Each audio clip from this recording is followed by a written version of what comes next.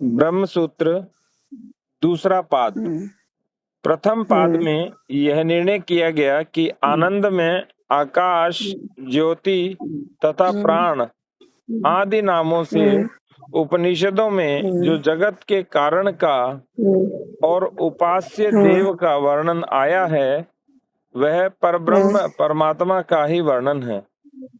प्राण शब्द का प्रसंग आने से छांदोग्य उपनिषद में आए हुए मनोमय प्राण शरीर है आदि वचनों का स्मरण हो आया है। अतः उक्त उपनिषद के तीसरे अध्याय के 14वें खंड पर विचार करने के लिए द्वितीय पाद आरंभ करते हैं। छांदोग्य उपनिषद के तीसरे अध्याय के 14वें खंड पर विचार करने के लिए ये प्रकरण है वो शुरू हो जाता है। तो एक तरह से औपनिषदिक विचारों के पूरक विचार हो गए ये। हाँ, औपनिषदिक चिंतन है, वही दर्शनों का भी आधार है। जो सारे दर्शन हैं उनका आधार तो उपनिषद ही है। तो सूत्र ग्रंथ भी दर्शनों के साथ जुड़े हैं, तो उपनिषदों के साथ ही जुड़े हैं। सूत्र ग्रंथ, दर्शन और उपनिषद तीनों का एक दूसरे के साथ मेल है, डोमेन इनका एक ही है। इस पाद में यह पहला प्रकरण 8 सूत्रों का है। छांदोग्योपनिषद से पहले तो संपूर्ण जगत को ब्रह्म रूप समझकर उसकी उपासना करने के लिए कहा गया है। उसके बाद उसके लिए हाँ विश्व रूप आ गया था। उसके बाद उसके लिए सत्य संकल्प, आकाश आत्मा और सर्वकर्मा आदि विशेषण दिए गए हैं, जो कि जीवात्मा के प्रतीत होते हैं। नहीं, जीवात्मा के प्रतीत होते हैं। तत्पश्चात उसी को अणियान अर्थात अत्यंत छोटा और ज्यायान दिया था। महियान कहा था आपने? ज्यायान अर्थात सबसे बड़ा बताकर हृदय के भीतर हृदय के भीतर रहने वाला अपना आत्मा और ब्रह्म भी कहा गया है। इससे यह जिज्ञासा होती है कि उक्त उपास्य देव कौन है, जीवात्मा या परमात्मा अथवा कोई दूसरा ही। इसका निर्णय करने के लिए यह प्रकरण आरंभ किया गया है। सर्वत्र प्रसिद्धोपदेशात् 2:1:1 सर्वत्र प्रसिद्धोपदेशात् सर्वत्र प्रसिद्धोपदेशात्।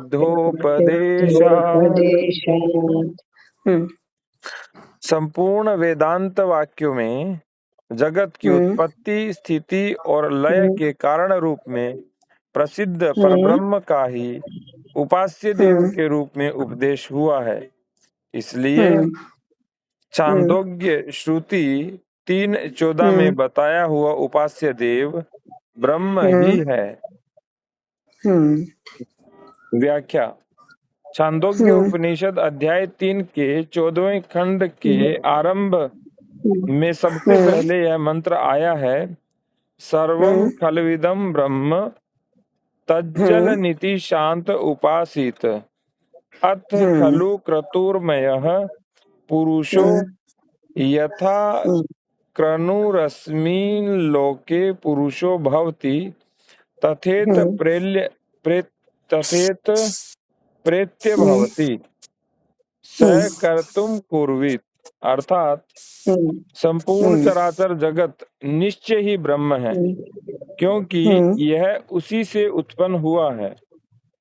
स्थिति के समय उसी में चेष्टा करता है और अंत में उसी में लीन हो जाता है। साधक को राग द्वेष रहित शांत चित्त होकर इस प्रकार उपासना करनी चाहिए। अर्थात ऐसा निश्चय भाव धारण करना चाहिए, क्योंकि यह मनुष्य संकल्पमय है। इस लोक में यह जैसे संकल्प से युक्त होता है, यहाँ से चले जाने पर परलोक में वैसा ही बन जाता है। अतः उसे उपयुक्त निश्चय कर लेना चाहिए। इस मंत्र वाक्य में उसी परब्रह्म की उपासना करने के लिए कहा गया है, जिससे जगत की उत्पत्ति, स्थिति और प्रलय होते हैं, तथा जो समस्त वेदांत वाक्यों में जगत के महाकारण के रूप में प्रसिद्ध है। अतः इस प्रकरण में बताया हुआ उपास्य देव परब्रह्म परमात्मा ही है, दूसरा नहीं। तय जो मनुष्य संकल्प में है, क्योंकि परमात्मा ने संकल्प से सृष्टि की, हाँ, तो परमात्मा की भी मनुसृष्टि है या संकल्प सृष्टि है। इसीलिए मनुष्य मूल रूप से संकल्प में है। इसीलिए कहते हैं कि हम जैसा संकल्प करेंगे वैसा बन जाएंगे, और अंत समय में जैसा संकल्प करेंगे वैसा ही हम परलोक में बन जाएंगे या आगे के जन्म में बन जाएंगे। यही हाँ, हमें ये तो ठीक है। हाँ, सर्वम खलु इदम ब्रह्म, ये तो ठीक है। जो भी विश्व रूप भी अंततो गत्वा तो आत्म रूप ही है ना। आत्म रूप व्यक्त हुआ तो विश्व रूप बना, तो वो तो आत्म रूप तो रहेगा ही रहेगा, सभी में रहेगा। इसीलिए तो सर्वम खलु इदम ब्रह्म है। एक एक व्यक्ति कहता है अहम ब्रह्मास्मि, और जो जो भी पदार्थ है, प्राणी है, कोई कुछ भी है, वो भी ब्रह्म ही है। सर्वम खलु इदम ब्रह्म, तो वही आत्मरूप, वह भी आत्मरूप है। तो सब कुछ आत्मरूप तो है। ये तो बात ठीक है कि सब कुछ परब्रह्म है। इसमें परब्रह्म और ब्रह्म इन्होंने एक ही एक कहा है। कहाँ परब्रह्म, कहाँ ब्रह्म, ये दोनों में अंतर नहीं किया है।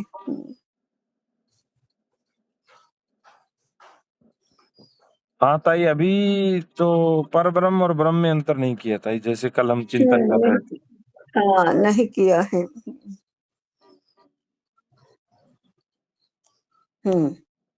और ये तो पूरी तरह से एकात्म के अनुसार ही चल रहा है ताई। हाँ, हाँ, जो एकात्म दर्शन है वैसे चल रहा है अभी तक। हाँ, हाँ, हाँ, हाँ। संबंध, यहाँ प्रश्न उठता है कि छांदोग्य उपनिषद में उपास्य देव को मनोमय और प्राण रूप शरीर वाला कहा गया है। ये विशेषण जीवात्मा के हैं, अतः उसको ब्रह्म मान लेने से उस वर्णन की संगति कैसे लगेगी? आगे बताया गया ताई, च विवक्षित गुणोपपत्ते, विवक्षित गुणोपप विवक्षित गुणोपपत्ते च, विवक्षित गुणोपपत्ते च, विवक्षित गुणोपपत्ते च, तथा श्रुति द्वारा वर्णित गुणों की संगति उस परब्रह्म में ही होती है। इसलिए इस प्रकरण में कथित उपास्य देव ब्रह्म ही है।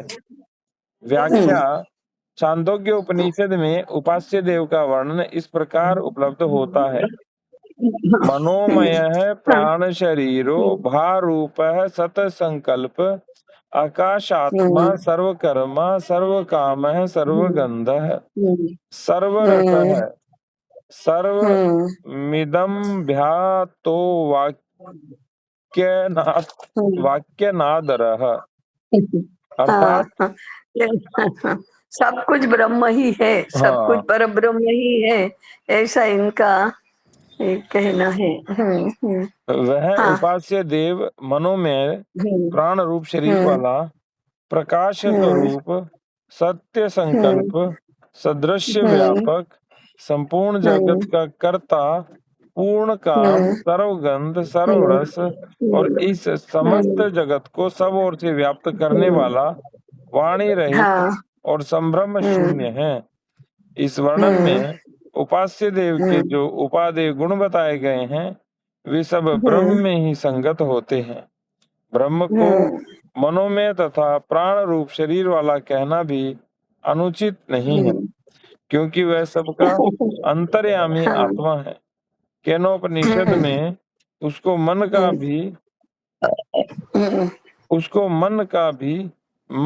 तथा प्राण का भी प्राण बताया गया है।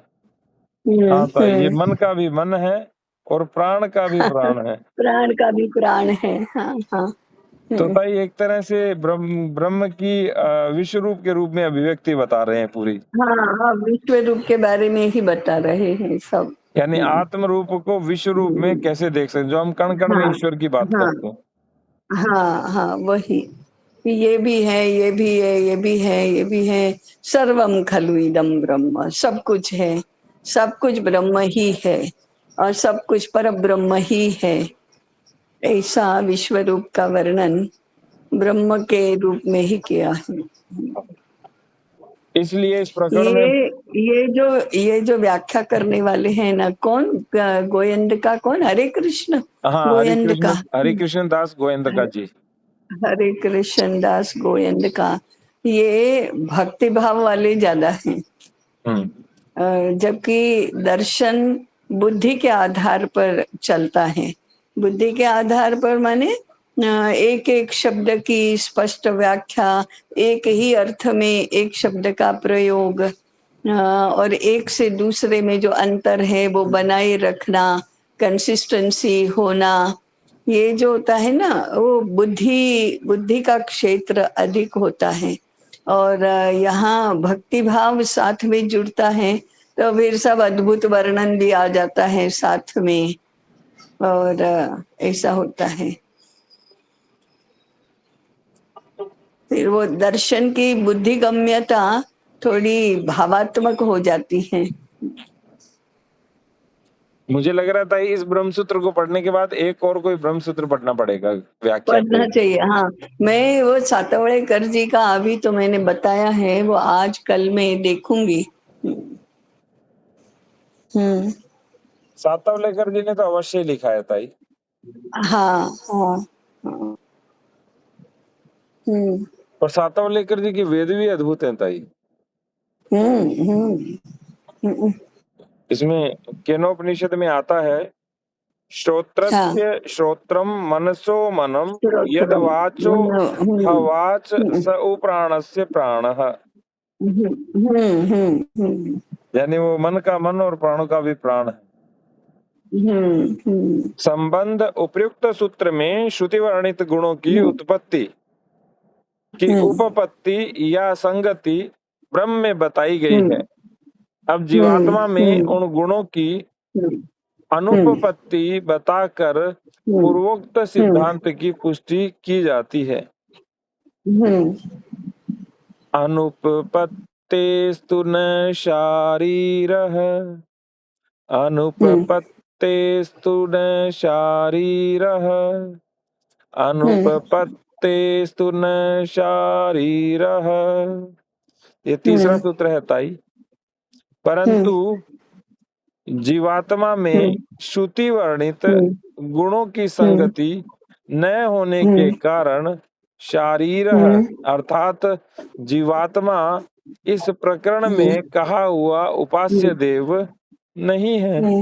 व्याख्या, उपासना के लिए श्रुति में जो सत्य संकल्पता, सर्वव्यापकता, सर्वात्मकता और सर्वशक्तिमत्ता आदि गुण बताए गए हैं, वे जीवात्मा में नहीं पाए जाते।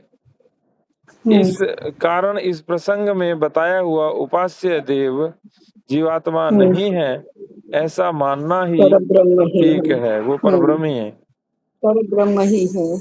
तो दो चीज होगी, एक जो हम संकल्प लेते हैं, तो जो पूरी सृष्टि ही संकल्प से बनी है, तो यदि संकल्प लिया, जैसे हम साथ साथ पढ़ने का संकल्प ले रहे हैं, या संगत सद्वा संवदध्वम हम बोलते हैं, संगतत्वम संवदध्वम बोलते हैं, तो ये संकल्प का प्रभाव तो बहुत गहरा होता है, क्योंकि सीधा परमात्मा से जुड़ा है वो संकल्प। हम संकल्प के प्रति कितने प्रतिबद्ध हैं उसके ऊपर भी निर्भर करता है ना। संकल्प तो ले लिया, लेकिन वो केवल मन की इच्छा है या वास्तव में हमारी प्रतिबद्धता है, वो तो हमारे व्यवहार से पता चलता है। हाँ, ये तो है ताई। हाँ, संकल्प तो करते हैं, परंतु संकल्प के प्रति निष्ठा कहाँ रहती है? कभी भूल भी जाते हैं, कभी आलस प्रमाद भी होता है। ऐसा तो होता है। तो दृढ़ संकल्प जिसको कहते हैं, तो उसके प्रति प्रतिबद्धता, तो प्रतिबद्धता तब जितनी अधिक होगी, संकल्प उतना अधिक सफल रहेगा ताई। हाँ, उतना अधिक का परिणामदायी होगा। क्योंकि मुझे ना संकल्प का भाव समझ आने लग गया, फिर मैं उसको परमात्मा के काम संकल्प से जोड़ रहा हूँ पूरे को। हाँ, हाँ, हाँ, हाँ। जी ताई। तो इसीलिए संकल्प को इच्छा शक्ति भी कह सकते हैं ना। दृढ़ इच्छा शक्ति होगी तो सारी शक्तियां उसमें केंद्रित हो जाएंगी, और सारी शक्तियां जब लगेंगी किसी भी लक्ष्य को प्राप्त करने के लिए, तो फिर प्राप्ति होगी ही। हम्म। इसलिए वो काम संकल्प माने इच्छा शक्ति ही है। तो इच्छा शक्ति तो सबके पास होती ही है, परंतु उसका क्रिया उसको लागू नहीं करते। जी उतनी ताई। इच्छा रह जाती, शिथिल रह जाती है। जी ताई। दृढ़ इच्छा शक्ति नहीं होती, पूर्ण केंद्रित सारी शक्तियां उसमें केंद्रित नहीं हो जाती। फिर वो ढीली ढाली हाँ इच्छा रहती है, परंतु उसके अनुसार कृति नहीं होती है, उसके अनुसार श्रम नहीं होता है, उसके अनुसार कार्य नहीं होता है, उसके वो निरंतर नहीं रहती। हम्म। वो कभी बदल जाती हैं। हाँ, हाँ, बस, बस अब तो हो गया, अब नहीं हो रहा है, ऐसा-ऐसा हो जाता है। तो इच्छा रहती है, शक्ति नहीं रहती फिर। जी ताई। हुँ।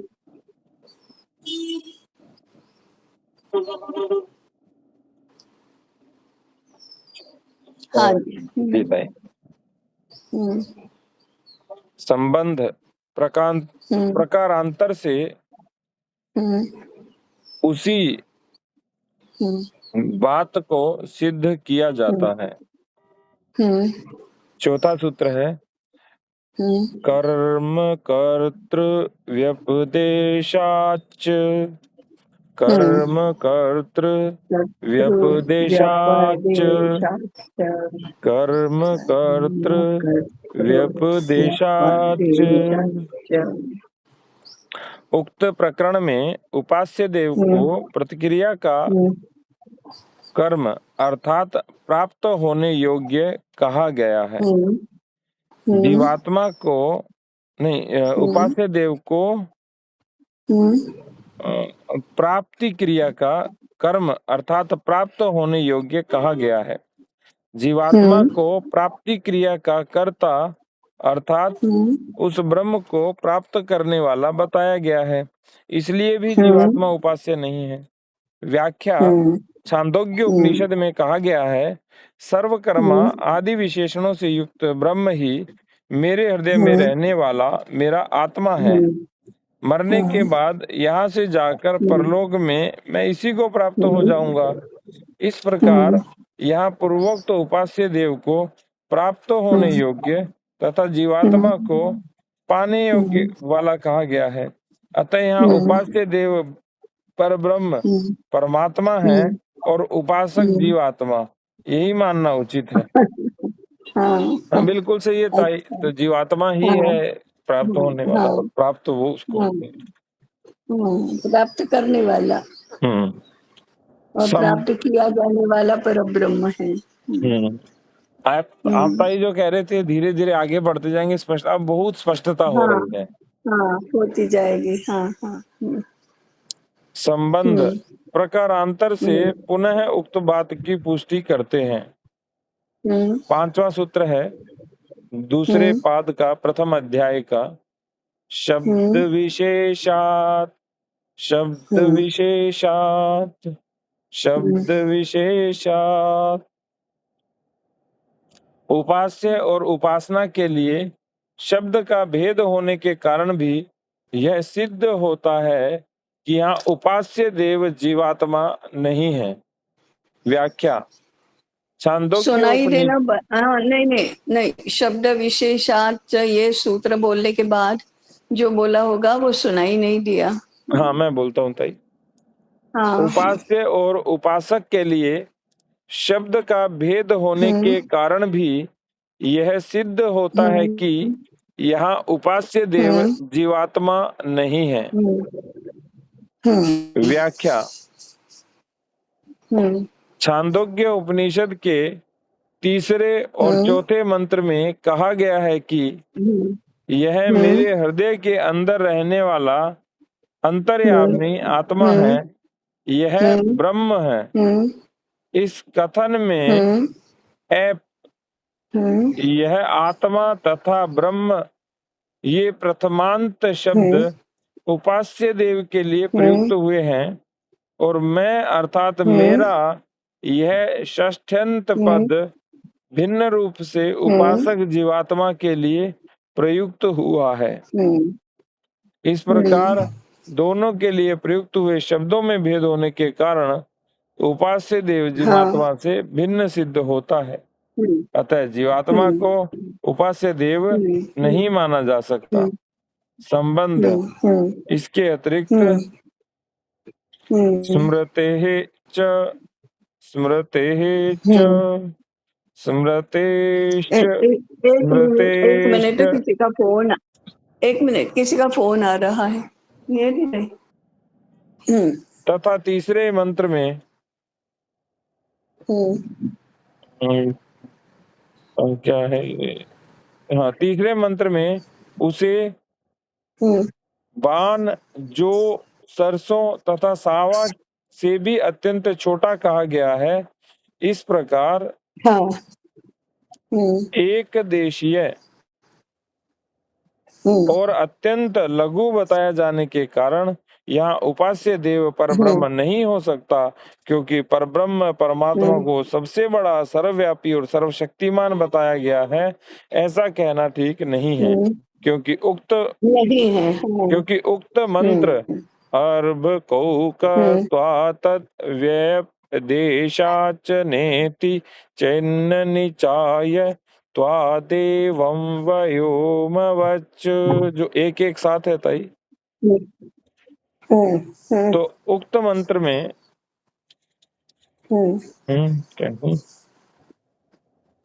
जो परब्रह्म परमात्मा हृदय में स्थित बताया गया है, वह उसके उपलब्धि स्थान की अपेक्षा से है। भाव यह है कि परब्रह्म परमात्मा का स्वरूप आकाश की भांति सूक्ष्म और व्यापक है, अतः वह सर्वत्र है, प्रत्येक प्राणी के हृदय में भी है और उसके बाहर भी है। स्मृति, ये सरल हो गया ना। हाँ, सरल हो गया। सर्वत्र है माने अंदर भी है, बाहर भी है, सब कुछ है माने छोटा भी है, बड़ा भी है, छोटे से छोटा भी है, बड़े से बड़ा भी है। तो ऐसा नहीं कि वो बड़ा ही है, छोटा भी है, बड़ा भी है, अंदर भी है, बाहर भी है। बड़ा है इसलिए अंदर नहीं रह सकता, ऐसा नहीं कह सकते। वो अंदर भी रहता है और बाहर भी रहता है और सर्वत्र रहता है। और आगे इसी में ताई उसी को रिपीट किया है। स्मृतेश्च 1, 2, 6 ब्रह्म सूत्र में कहा गया है, मयि एव मन आदत्स्व मयि बुद्धि निवेश्य निवसिष्यसि मयि एव अतुर्ध्वन्न संशयः अंतकाले च मामेव स्मरण मुक्त्वा कलेवरम यह प्रयाति समद्भावम याति नास्त्यत्र संशयः। हाँ, जो मुझ में मन को लगाता है, मुझ में निवास करता है, वह मुझे ही प्राप्त होता है। यह मैं कोई और नहीं, मैं हृदय में निवास करने वाला परम तत्व हूँ। आगे ईशावास्योपनिषद में कहा गया है, तदंतरस्य सर्वस्य तदु सर्वस्यास्य बाह्यतः। बाह्यतः। और गीता के 13.14 यानी 13वें अध्याय के 14वें श्लोक में कहा गया है, बहिरन्तश्च भूतानाम् अचरं चरमेव च सूक्ष्मत्वात् तद्विज्ञेयम् दूरस्थं चान्तिके च तत्। वह परमात्मा चराचर सब भूतों के बाहर और परिपूर्ण है और चर अचर रूप भी वही है तथा वह सूक्ष्म होने के कारण अविज्ञेय है और अत्यंत समीप और दूर में भी स्थित वही है। ये बहुत अच्छा है ताई। उसे हृदयस्थ बता देने मात्र से उसका एक देशीय होना सिद्ध नहीं होता तथा उसे धान जो सरसों और सावा के बीज से भी छोटा बता देने से इससे श्रुति का उद्देश्य उसे छोटे आकार वाला बताना नहीं है, अपितु अत्यंत सूक्ष्म और इंद्रियों द्वारा अग्राह्य अर्थात ग्रहण करने में न आने वाला बतलाना है। इसलिए उसी मंत्र में यह भी कहा गया है कि वह पृथ्वी अंतरिक्ष द्युलोक और समस्त लोकों से भी बड़ा है। भाव यह है कि वह इतना सूक्ष्म होते हुए भी समस्त लोकों के बाहर भीतर व्याप्त और उनसे परे भी है, सर्वत्र वही है। इसलिए यहाँ उपास्य देव पर ब्रह्म परमात्मा ही है, दूसरा कोई नहीं है। संबंध परब्रह्म परमात्मा सबके हृदय में स्थित होकर भी उनके सुख दुख से अभिभूत नहीं होता, उसकी इस विशेषता बताने के लिए कहते हैं, चेत संभोग प्राप्ति ही इति न वैशेष्यात्। संभोग प्राप्तिरिति चैन्न वैशेप्यात्। संभोग प्राप्तिरिति चैन्न वैशेप्यात्। संभोग प्राप्तिरिति चैन्न वैशेप्यात्। यदि कहो सबके हृदय में स्थित होने से चेतन होने के कारण उसको सुख दुखों का भोग प्राप्त होता होगा, तो ऐसा कहना ठीक नहीं, क्योंकि जीवात्मा की अपेक्षा उस पर ब्रह्म में यह विशेषता है। व्याख्या ठीक है, उसको सुख दुख नहीं है। हाँ। व्याख्या यदि कोई यह शंका करे कि आकाश की भांति सर्वव्यापक परमात्मा सब प्राणियों के हृदय में स्थित होने के कारण जीवों के सुखों दुखों का भोग भी करता है, क्योंकि वह आकाश की भांति जड़ चेतन है और चेतन में सुख दुख की अनुभूति स्वाभाविक है, तो ये कथन ठीक नहीं है, क्योंकि परमात्मा में कर्तापन का अभिमान और भोक्तापन नहीं है। वह सबके हृदय में रहता हुआ भी उन सब के गुणों दोषों से सर्वथा असंग है। यही जीवों की अपेक्षा उसमें विशेषता है। जीवात्मा तो अज्ञान के कारण कर्ता भोक्ता है, किंतु परमात्मा सर्वथा निर्विकार है। वह केवल साक्षी है, भोक्ता नहीं। मुंडकोपनिषद 3:1-1। तयोरन्यः पिप्पलम् स्वाद्वस्य नश्वत् नन्यो अभिचाकशीति। इसलिए जीवों के कर्म फल रूप सुख दुखादि से उसका संबंध संभव नहीं है। संबंध वो आता है ना, दो पक्षियों की बात आती है ना, एक बैठा है वो स्वादु फल वृक्ष का वो खाता है, उसका स्वाद लेता है, दूसरा केवल देखता है, साक्षी रूप रहता है। वो जीवात्मा और परमात्मा ऐसा है। संबंध ऊपर कहे हुए प्रकरण में यह सिद्ध किया गया है कि सबके हृदय में निवास करते हुए भी परब्रह्म भोक्ता नहीं है, परंतु वेदांत में कहीं कहीं परमात्मा को भोक्ता बताया गया है। कठोपनिषद 1:2-25। फिर यह वचन किसी अन्य के विषय में है या उसका कोई दूसरा अर्थ है, यह निर्णय करने के लिए आगे का प्रकरण आरंभ करते हैं। तो ये ताई बाद में कर लेंगे। चलो, हाँ, ये पहला प्रकरण हो गया, पहला तो प्रकरण यही पूर्ण पूरा हुआ ताई। करते हैं। हाँ ताई, 8 हाँ, सूत्र हैं ताई, 8 पूर्ण हो गए। और इसमें ये हाँ, शुरू करेंगे कि परब्रह्म हाँ, भोक्ता क्यों नहीं है, जबकि वेदांत में कहीं हाँ, कहीं परमात्मा को भोक्ता बताया गया है। भोक्ता भी इसका कहा निर्णय गया करेंगे। है। हाँ, ठीक, ठीक, ठीक, हाँ, हाँ, चलिए।